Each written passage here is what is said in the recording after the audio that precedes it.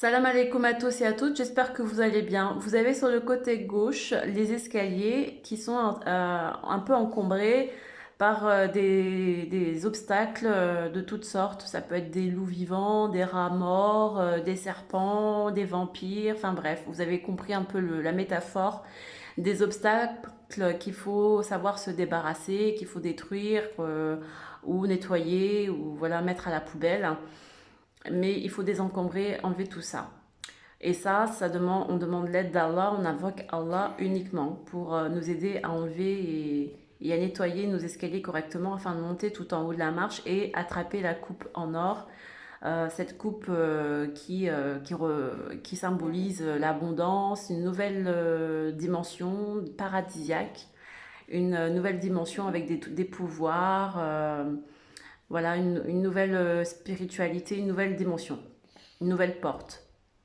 Et donc, avec cette coupe, vous avez donc le déclenchement, euh, ouais, le déclenchement des noms divins, donc en partie ou tout en partie des 99 noms d'Allah, ou bien des 72 noms divins enseignés par la Torah, par la Bible hébraïque.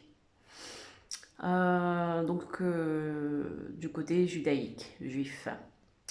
Vous avez donc cette manifestation des 99 noms d'Allah en vous. Alors ça, c'est qu'un schéma, c'est juste pour vous faire comprendre une réalité, une grille de lecture, mais ce n'est pas la réalité, c'est pas la vérité au sens propre, c'est juste une approche théorique, tout simplement, une grille de lecture, mais ce n'est pas une vérité en soi. Sur le côté droite, c'est voilà, vous avez l'échelle, on peut dire par exemple l'échelle de Jacob, paix sur lui, Yacoub, le prophète Yacoub, euh, qui, euh, euh, qui montait donc, qui a vu l'échelle des 72 noms alors, divin, moi je pense que c'est des 72 noms divins, mais ça, on verra par la suite, il y a un amalgame, une confusion avec les 72 noms d'archanges. Et les archanges, ça peut s'apparenter à des djinns ou à des anges déchus. Et il faut pas, c'est pour ça que je vous dis, il faut pas mélanger le mot ange, le mot archange, c'est pas pareil. Alors, il y en a qui confondent avec l'archange Michaïl, avec l'ange Michaïl, c'est pas pareil. C'est deux choses différentes, c'est deux notions différentes à mon avis. C'est archange, c'est quelque chose qui n'est pas, c'est l'arche, c'est des anges qui soi-disant sont montés dans l'arche, mais je pense que au sens pratique, réel, je pense que ça ne s'apparente pas aux anges comme on pourrait le comprendre, nous, des anges bras droits qui remplissent l'ordre strict d'Allah. Un ordre strict purifié d'Allah. Je pense pas que ça soit de cet ordre-là en tout cas.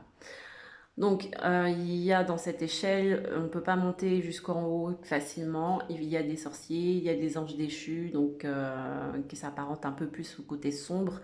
Je dis pas qu'ils sont pas là pour remplir des ordres divins stricts. Je dis pas ça, mais je dis qu'ils sont plutôt dans le sens un peu obstacle. Donc, c'est vrai il y a des anges qui sont là pour, et ça peut être des anges, ça peut être des djinns, ça peut être toutes sortes d'entités, on ne peut pas donner vraiment de sens exact, c'est pour ça que je vous dis que c'est pas un schéma véridique. Mais les djinns, c'est vrai que c'est beaucoup plus facile dans le sens où c'est invisible. Voilà, on peut mettre tout ce qui est invisible. Mais on sait très bien que les djinns et les anges, c'est pas pareil. Les malaïka et les djinns, c'est pas pareil. C'est pas la même pureté, c'est pas la même composition. Mais il y a quand même des anges qui sont pas ni méchants ni gentils, mais qui sont là, qui sont quand même là pour témoigner contre nous, donc qui sont quand même là pour nous bloquer, pour nous stopper, parce on n'est pas non plus pur dans notre démarche, donc on nous bloque. Mais ça ne veut pas dire qu'ils sont méchants ou maléfiques. Mais il existe également des entités qui sont vraiment ils sont maléfiques, etc. Mais tout ça, ils sont maléfiques que parce que on les appelle, on leur donne une place qui ne leur appartient pas. Une place de maître, de souverain ou de seigneur alors que ça ne leur appartient pas. C'est Allah uniquement qu'il faut invoquer, qu'il faut demander de l'aide, etc. Sinon, ça se retourne contre nous si on prend des djinns comme des dieux.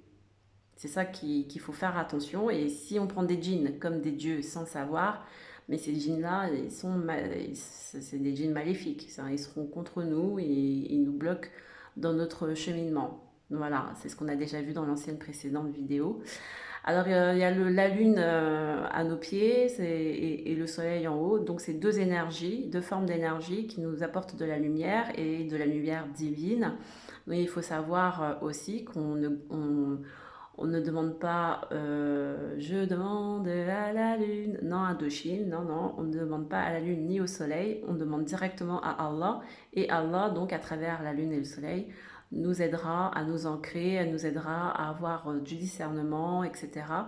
Nous aidera à nous constituer correctement, à nous bâtir, voilà, pour qu'on soit construit correctement et qu'on puisse monter de grade en grade, d'échelon en échelon dans cet avancement, dans ce cheminement spirituel. Vous avez tout en bas donc le côté instinct, le chakra, on pourrait dire ça des chakras, ceux qui connaissent le jargon indien. Euh, Sinon, on peut juste dire des zones d'énergie donc qui correspondent à l'instinct, à tout ce qui est instinct, donc avec par exemple le côté sexualité, appétit. Vous avez plus haut le côté émotionnel avec le cœur, l'affectif, côté de générosité, le don de soi, voilà. Et puis vous avez tout en haut au niveau de la glande pinéale, donc le côté analytique, analyse, discernement, raisonnement, visualisation, voilà. Et puis tout en haut, vous avez le Keter, on l'avait déjà entamé avec la lettre Kaf. Le Keter, donc le couronnement, la couronne, le chakra couronne, donc le côté aura, spiritualité élevée, voilà. Donc ce côté-là, tout en haut, ça, il n'y a pas beaucoup de gens qui réussissent à le développer, peut-être des prophètes, mais je dis peut-être parce que je ne suis pas sûre, mais je pense que, en tout cas, le côté glande pinéale et couronne, pour les prophètes, c'est beaucoup plus développé que nous. Nous, les humains lambda, et ce qui est demandé donc pour les élus, je pense que c'est de développer tous ces chakras-là dans le bon sens, orientés pour que ça soit unifié et que ça retourne véritablement auprès de notre Seigneur, Allah l'unique. Voilà, c'est ça le monothéisme pur, c'est que tous nos sens témoignent pour nous en disant que voilà, on a travaillé pour Allah l'unique, le Seigneur de l'univers uniquement, et que toutes nos missions, tous nos sens, tout notre côté instinct, émotion, analytique, discernement, etc. convergent pour uniquement servir Allah l'unique. Et c'est ainsi que la lumière divine la plus élevée, donc c'est quand les 99 noms d'Allah s'opèrent, montent facilement les échelons, les escaliers, descendre, remonte, sans être encombré par des obstacles tels que les loups ou tels que les djinns maléfiques auxquels on a donné d'importance beaucoup plus qu'à Allah. Donc il faut savoir faire le ménage, se débarrasser, nettoyer tout ça, enlever tout ça, pour que les 99 noms d'Allah, les anges vraiment au sens pur, qui sont proches, très proches d'Allah, puissent nous communiquer facilement les informations dont on a besoin pour notre cheminement spirituel. Et dans notre société d'aujourd'hui, on nous met beaucoup de bâtons dans les roues, comme on dit, donc beaucoup de loups, beaucoup de faux démons, de par, on avait vu dans la précédente vidéo, de par les littératures, les contes, les musiques, enfin vraiment plein de messages subliminaux à chaque fois. pour nous mettre dans des atmosphères et dans une psychologie atteinte par des alertes et des déclencheurs néfastes. Par exemple, on peut regarder un film, on est tranquille, on regarde un film normal, puis tout d'un coup, il y a une scène pornographique ou une scène de nudité, et puis ceux qui sont un peu faibles psychologiquement et dans leur cœur et dans leur instinct et dans leurs émotions, ils peuvent tomber très vite dans des travers, dans des péchés et partir faire des choses illicites, voilà, qui sont pas bien pour lui-même et être voilà, dans l'illicite, peut-être faire des choses, des bêtises, de la fornication, des choses comme ça, on n'en sait rien. Et donc ces péchés-là, on est des, par exemple, ces personnes-là sont des gens bien, qui respectent leur religion, etc. Mais qui, dès qu'il y a un déclencheur, eh bien, peuvent tomber dans le péché alors que ils font vraiment un travail sur eux-mêmes. Mais comme il y a toujours ces petits alerteurs là, les petits obstacles, les loups, les djinns méchants, les choses invisibles.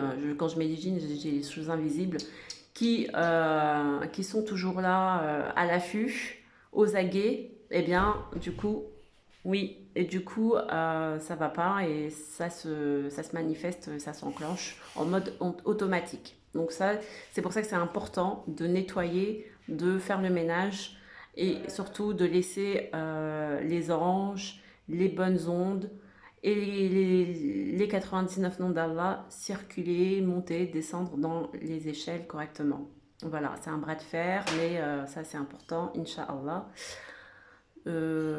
afin de pouvoir prétendre donc à une pleine installation des 99 noms d'Allah ou des 72 noms divins en nous, véritablement en nous, et que ça soit dans notre cœur, dans notre corps, dans notre tête, euh, dans notre âme, euh, vraiment installé pour de vrai. Que ça soit inscrit dans nos ADN et que que ça ne se perde pas, bien entendu par la permission et la volonté d'Allah. Voilà, salam alaikum, prenez soin de vous.